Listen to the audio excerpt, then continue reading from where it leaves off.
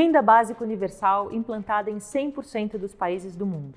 A renda básica universal foi implementada em 100% dos países do globo, um consenso mundial, alterando a relação entre as nações para melhor.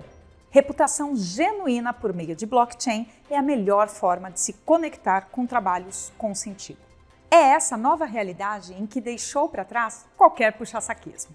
Ou você é uma pessoa que verdadeiramente gera valor e tem muito trabalho, ou você vive apenas da renda básica universal. E tá tudo bem com isso. PIB é substituído por índice de evolução. Com o consenso mundial de que crescer por crescer não é a solução, o produto interno bruto deixa definitivamente de ser usado para avaliação da situação de um país. Ansiedade, estresse e burnout, doenças mentais da década de 20. Celebramos a redução drástica das doenças mentais relacionadas ao estresse com a radical melhoria das condições de vida, trabalho e ambiente dos últimos anos. Entrada maciça dos países e das organizações na economia verde. Após as manifestações globais pelo clima, todas as nações agora participam ativamente da economia verde. Este mercado pujante financia ações fundamentais em prol da regeneração em todas as esferas. Free workers representam 30% da população economicamente ativa do Brasil. As possibilidades de trabalhos por projetos, cheios de propósitos com muito mais sentido, explodem no mercado. Empregos verdes correspondem a 60% da oferta de trabalho mundial. Os empregos verdes, como são chamados os trabalhos ligados ao resgate dos biomas, correspondem a 60% da oferta de trabalho mundial.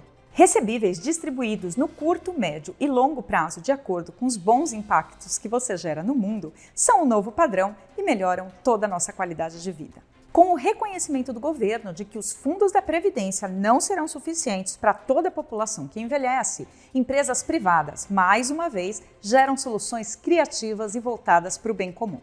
Vendedores de balas e flanelas nos sinais, guardadores de carros e camelôs, onde foram parar essas pessoas? Com a implementação da renda básica universal, as pessoas em vulnerabilidade econômica deixaram maciçamente seus subempregos.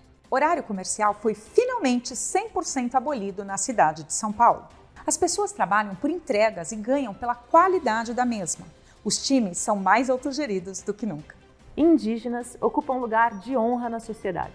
Indígenas passaram a ocupar lugares em conselhos de governos e organizações privadas, orientam cientistas em pesquisas ligadas aos trabalhos de regeneração do mundo e sua cultura influencia a arte. Grandes organizações da década de 20 já operam por franquias menores.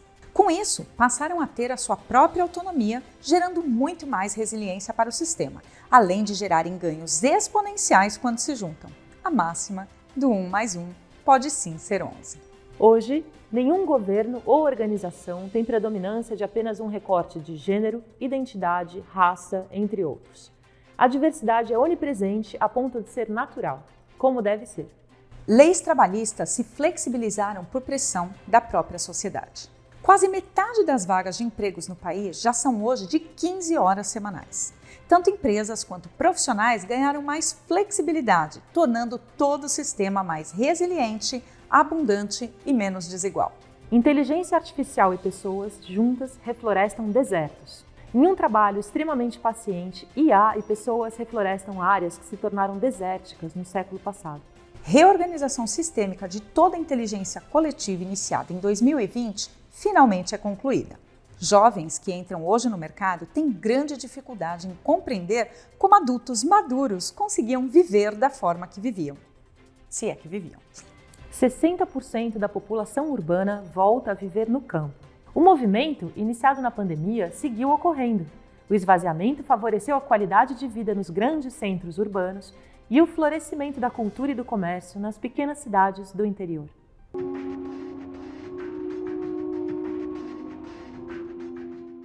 Ótimas notícias para alguns, nem tão boas assim para outros. Gente, nem os grandes mestres espirituais agradaram todo mundo. Quiçá as notícias transformadoras de futuros possíveis. Imagina viver um futuro assim? Quando nós temos hoje empresas com propósito, será que esse propósito não está, de alguma forma, ligado a produzir mudanças assim no mundo? Estamos ainda muito acostumados e acostumadas a pensar no propósito apenas da nossa empresa. Mas e se olharmos um pouco além dela e reunirmos nesse olhar outros propósitos de outras empresas que podem estar conversando com o nosso? Será que eles não podem acabar se juntando e fazendo movimentos ainda maiores no mundo?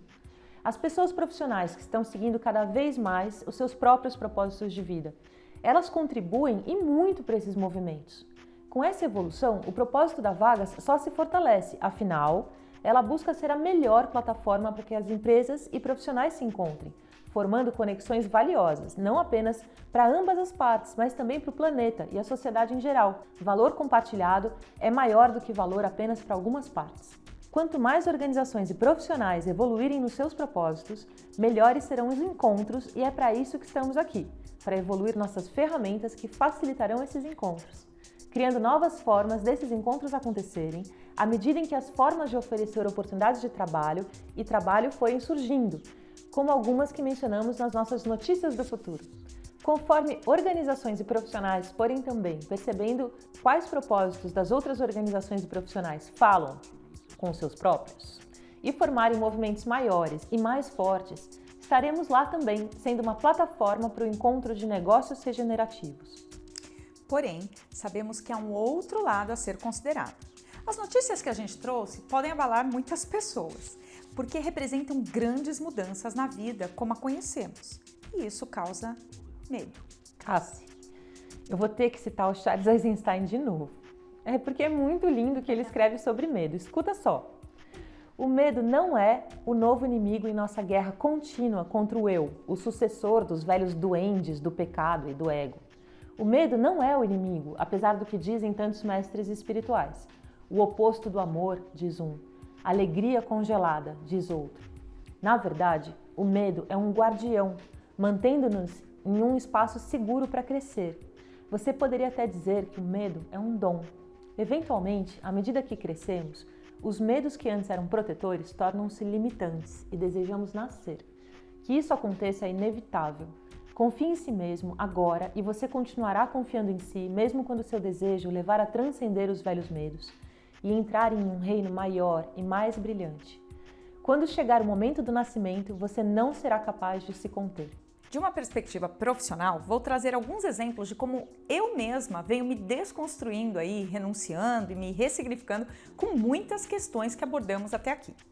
Tudo isso para me colocar em melhores condições de ajudar a construir o futuro do trabalho e da vida que desejo viver. Eu tive muitos medos, mas esses medos não me paralisaram. Pelo contrário, meu anseio por transformações superou qualquer medo. E vejam só o que aconteceu. Tive medo da instabilidade financeira ao pensar em pedir aí as minhas contas de uma grande corporação para atuar por conta própria. Ainda mais me tornando mãe naquele mesmo momento. Eu me desestabilizei financeiramente. E com isso, aprendi a desapegar e a também confiar no fluxo da abundância. Tive medo de não pertencer. Eu não encontrei a minha turma por quase uns 3 anos. Me senti só, praticamente um ET. E foi só por meio desse processo que eu acabei encontrando uma nova gama de amigos e parceiros de trabalho que são 1000 vezes mais coerentes com os meus valores inegociáveis do que eu jamais tive antes. Boas conexões e verdadeiramente genuínas. Medo de fracassar. Eu fracassei diversas vezes e ainda fracasso. E cada fracasso me traz novas respostas extremamente importantes para alguns novos sucessos. Os cientistas sabem que para encontrarmos algo valioso, fracassaremos infinitamente mais ao longo da nossa jornada, pois só assim se chega em novas descobertas. Então eu passei a acolher cada fracasso meu como mais uma casinha aí adiante na minha evolução. Tive receio de não ter mais dinheiro suficiente para usufruir de certos confortos e sonhos que até então eu cheguei a ter um dia. Eu deixei de viajar na proporção que um dia eu pude. Deixei de conhecer novos lugares externos. E por consequência disso, eu passei a curtir muito mais viagens internas, como meditações e rituais com amigos em meio à natureza. Por exemplo, tenho sido tão feliz, se não mais, como era antes. Medo de acharem que eu não sou ninguém sem crachá. Eu descobri que eu não sou importante mesmo sem crachá. E que a importância que eu tinha com crachá, uma boa empregadora e um bom cargo, era pura ilusão. Então, me desiludi. Ou seja, não vivo mais em um mundo de ilusões. Pode ter algo ruim em não viver de ilusão, Carol? Medo de me arrepender do caminho escolhido e não ter mais tempo para voltar para o corporativo. Descobri que meu passe está muito mais valioso hoje por ter me permitido viver e aprender tudo que eu venho aprendendo aí na teoria, mas principalmente na prática, do que jamais projetei que pudesse acontecer. Então hoje eu tenho muito mais oportunidades de escolhas do que há menos de 10 anos atrás, olha só. Eu ainda tenho mais 1 milhão de medos, gente. Por fim, eu concluí que meus medos é o que me move. Mas eu decido isso, que eles sejam gatilhos de movimento para mim. Porque também poderia ter escolhido, deixado com que eles me paralisassem. Hoje lido com qualquer medo que venha a sentir como uma super oportunidade de evolução. E o melhor, deixei de ter medo dos meus medos. Me sinto mais viva do que nunca. E o que isso tem a ver com os futuros do trabalho? Tudo! Ao me permitir navegar por mares desconhecidos, tenho desenvolvido aí diversas habilidades e competências extremamente importantes para as novas eras. Como eu disse e não me canso de repetir, emprego pode até faltar. Trabalho para as pessoas que estão preparadas para as novas demandas de mundo jamais faltará.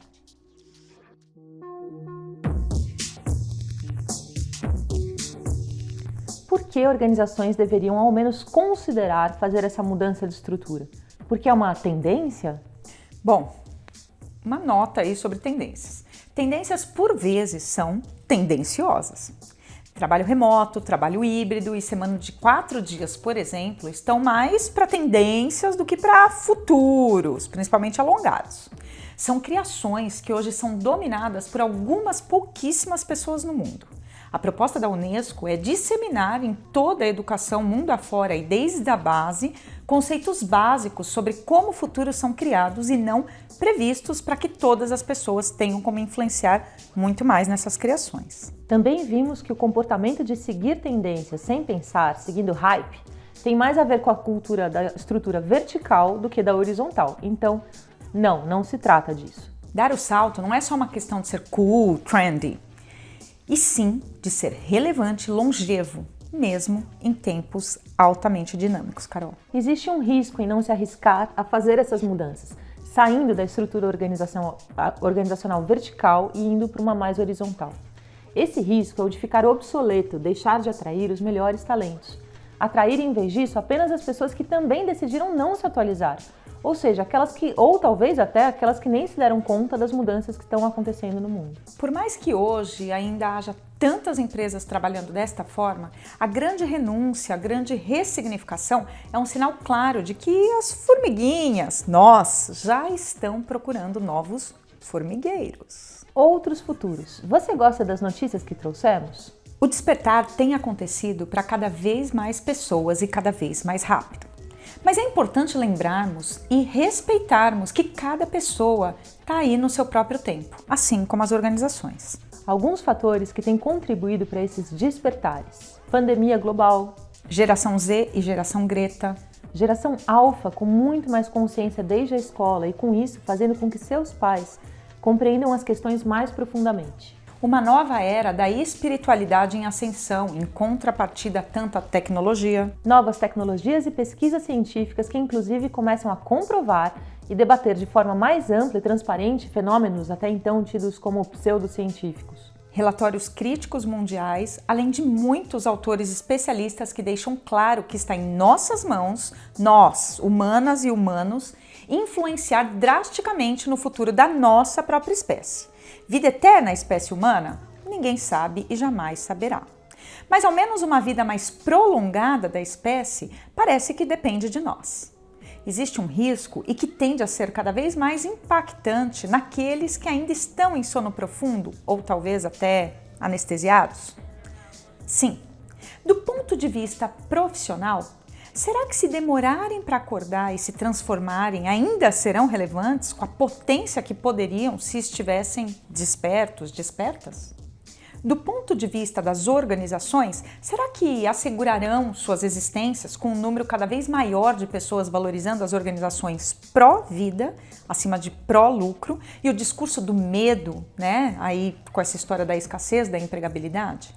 Riscos existem para todos e todas. Estamos todos no mesmo barco, no mesmo planeta. Agora, o que é mais arriscado? Estar pronta para o que está por vir, mas talvez ter que aguardar um pouco? Ou enfrentar um tsunami com um boy infantil, Carol? Cada um na sua.